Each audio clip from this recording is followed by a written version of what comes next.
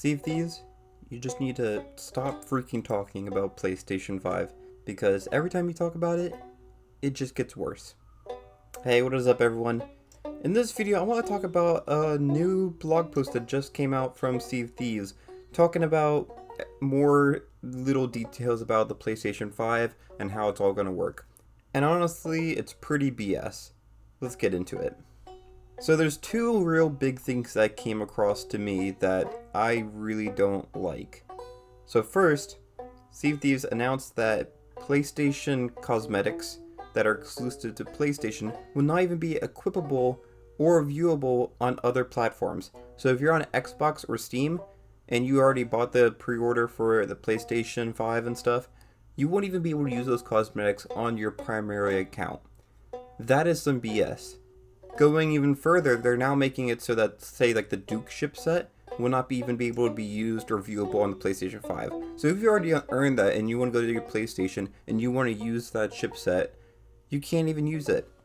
And this also begs the question of, okay, if the PlayStation stuff is not going to be able to be viewable on other platforms, does that mean the Duke set will no longer be able to be viewable on, say, PC? Because it's always been able to be viewable this whole time. So are they changing that? I kind of doubt it. I think they're just saying this so that, Xbox fans don't get all mad about, PlayStation getting all the stuff. But this is some BS still. The Duke chipset has been perfectly fine. No one's given a crap whether or not if you're on PC and you got the Duke chipset from some means. I even made a video about how to get it if you don't have an Xbox. No one gave a crap about if you had it or not. Same with the PlayStation stuff. Honestly, if you bought a PS5 pre-order and everything and you're going to play the beta and you're going to get these exclusive cosmetics, you should be able to use them on whatever platform you're on. And something that really leaves a bad taste in my mouth with this whole thing is that they announced this way after the pre-order had opened. They announced the pre-order, they announced what cosmetics were coming if you get it, and then they decided to tell you, oh yeah, you actually can't use it on your Sea of Thieves account that you mainly play on. That's some information that you should have told people before it became the #1 pre-order on the PlayStation. I would bet that not all those pre-orders are just, people that have never played Sea of Thieves and they're only people that are on PlayStation that have never touched the game. I'm sure a lot of people that already play Sea of Thieves on, say, PC or Xbox and have a PlayStation probably pre-ordered it, like myself. Mainly to get those cosmetics and maybe just to, play it on the PlayStation, have another device that can play Sea of Thieves. This is just bad business. I think there's many problems with this in my mind. I think a lot of players are going to blame PlayStation for this and not Sea of Thieves and think that PlayStation was the one that, demanded this. And I wouldn't be surprised if that was the case. But they should have said no. They honestly should have said no. We've talked about how the exclusive stuff, they've talked about it before. They're really being hypocritical with this whole thing. We already talked about how they're being hypocritical with the exclusive cosmetics to begin with. But that's just one thing. I mean, honestly, if you can overlook that. I mean, Fortnite has exclusive cosmetics for different platforms, but those aren't locked to those platforms. If you are playing Fortnite and you see, a Kratos skin on there and it has like the special PlayStation 5 variant on, you can see that if you're on Xbox or PC. So there's no reason why Sea of Thieves should be any different. There's no reason why these cosmetics shouldn't even be viewable or equipable in any other version of the game. Personally, I don't think I'm going to get rid of my PlayStation pre-order for this. I'm going to keep it, mainly for the reasons I mentioned in the previous video, where I really just want to be able to play Safer Seas solo, just for 30 minutes or so when I'm laying down in bed if I don't want to go and play on my PC. So for me, I'm still finding value in having the game on there. But if you're someone that got the pre-order just so you could get these cosmetics, this is some real BS. And honestly, Rare should be ashamed of themselves for hiding this information for so long. Something else to note, there is going to be a new sale that's given to all players across all platforms during the PlayStation 5 launch week or day or whatever. So that's good.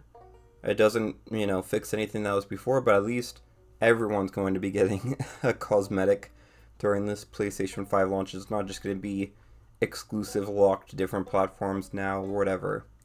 And again, I'll bring up my original point that I brought up in the last video regarding this topic. PC players never got exclusive cosmetics. Where's my exclusive cosmetic for playing on PC? Just give me a giant, rectangular box that's our sale or something. I don't know. We should get something too if we're gonna start saying, okay, the Duke set is locked to only be able to be used on the Xbox, and these PlayStation cosmetics are only available on the PlayStation 5. You know what's even funnier? Sorry, I'm gonna go back to this a little bit. It's so funny that they're talking about like the Duke ship set in here, and then they go on to say like how many different things the PlayStation people are getting. So you're getting the Ruby Viper, you're getting the Dauntless Adventure stuff, and then Xbox just has the Duke's ship set. It's not even like anything additional with the Duke ship set. It's just the ship set on its own. So I just find that a little ironic that this Xbox first-party game is even getting less exclusives than the PlayStation version. And the game has been on Xbox for so long, and we've really only had the one exclusive for Xbox. So another thing that I'm kind of pissed off about with this announcement is that they also talked about the trophies that are going to be on the PlayStation. So trophies are similar to Xbox achievements, and basically just, doing stuff in the game will unlock these different trophies. Now, if you've already done all the stuff in your PC or Xbox version to unlock these achievements, the accommodations and the stuff will transfer over, but you have to redo everything, or at least most of everything is what they're saying, if you want to unlock the trophies for it. Why? Why do I have to redo doing all the Shores of Gold, Tall Tales, or whatever? Why do I have to redo all this stuff to get these trophies? It just doesn't make any sense. To end this video, let me go ahead and talk about some of the, I guess, neutral things that they announced with this. Some of the stuff that we kind of already knew was going to be coming. They announced that you can basically turn off crossplay and have it only be PlayStation only servers when you're playing the game.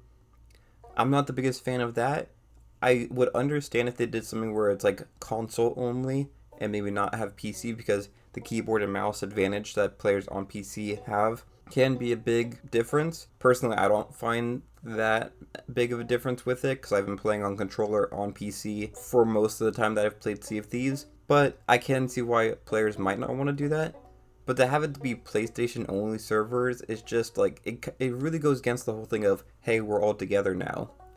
So if they did console only servers, I'd understand that, but PlayStation only servers just seems a little bit lame in my opinion. I will say though, PlayStation only servers might be the way that I play the game for a little bit, because if you think about it, it'll essentially be like the old days of Sea of Thieves where no one really knew how to play, and I can just go in there and get some treasure. I'm just saying, it's going to be easy pickings if you're on a PlayStation only server as opposed to an open server.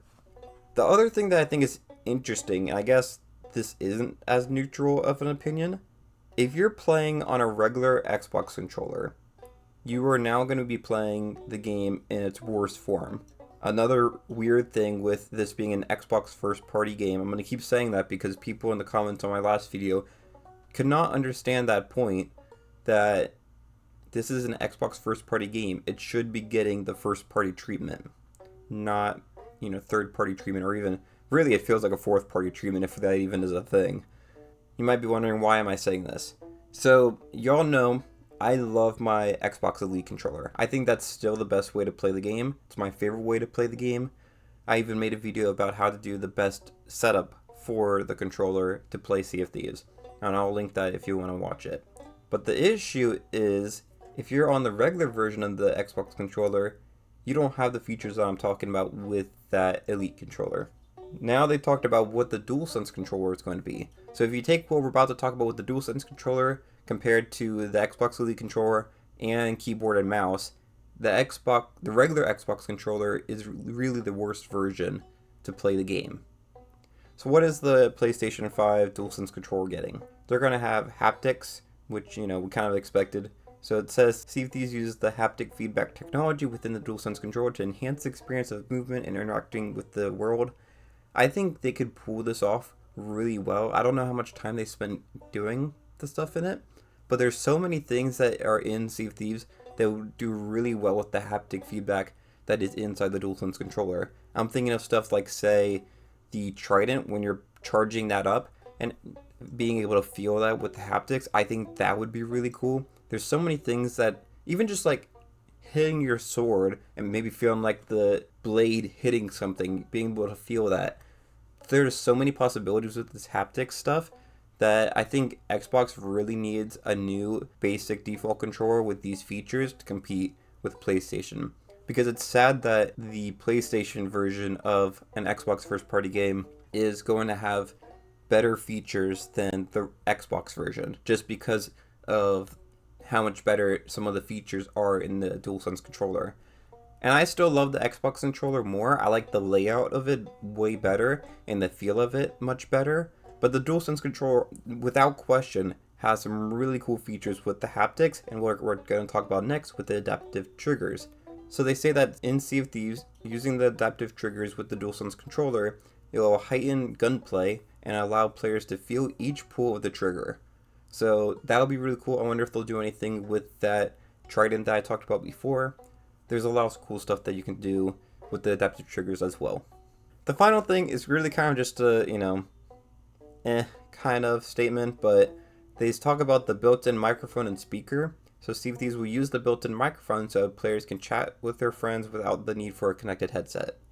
I will say, I think this is a huge benefit for PlayStation players that Xbox players don't have, because it's kind of difficult to set up like a headset and everything, or a microphone when you're playing on, a console in general.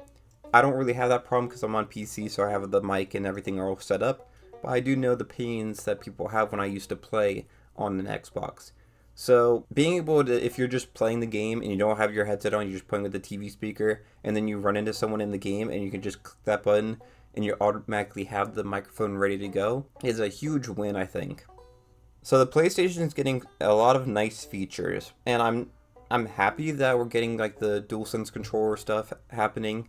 I'm even interested in the PlayStation only servers, just personally for my own benefit, because I'm going to play on it and see if I can get any fun clips and have some like reminiscent times from back when Sea of Thieves didn't have like diving mechanics and all sorts of stuff that just made some of the gameplay not as fun. I'm hoping that it'll kind of bring back some of that old feeling that I used to have with the game. So I'm excited for that. But in general, really the exclusive part of this whole thing, where these cosmetics are not going to be able to even be used on other platforms, is just a huge misstep. The whole like real grand plan with Sea of Thieves and having the Microsoft account is that I can go from my Xbox to my PlayStation to my phone to my computer, and I can play Sea of Thieves on all those different platforms, have my cosmetics, and have my whole account already there. This ruins that. This really does do damage to that idea. And it really makes you question whether or not you want to keep getting some of these cosmetics. Why would I get, say, one cosmetic when maybe it won't be able to be viewable? What if they start applying this to other things? So we had that Oreo ship set back last year, I believe, where that was a region-locked exclusive cosmetics. You could redeem the code if you were in other places, but you could only get the code if you were in those regions.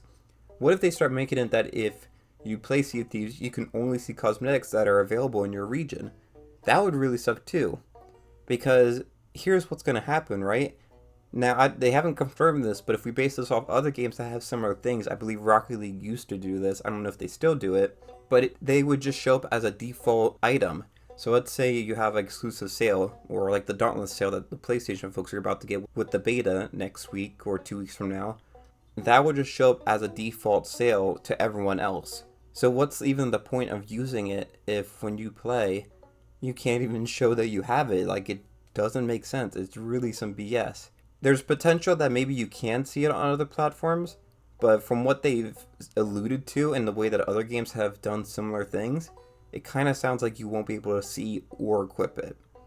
We'll have to wait and see about that. I'm interested to see what happens. But I even question stuff like with our captain ships.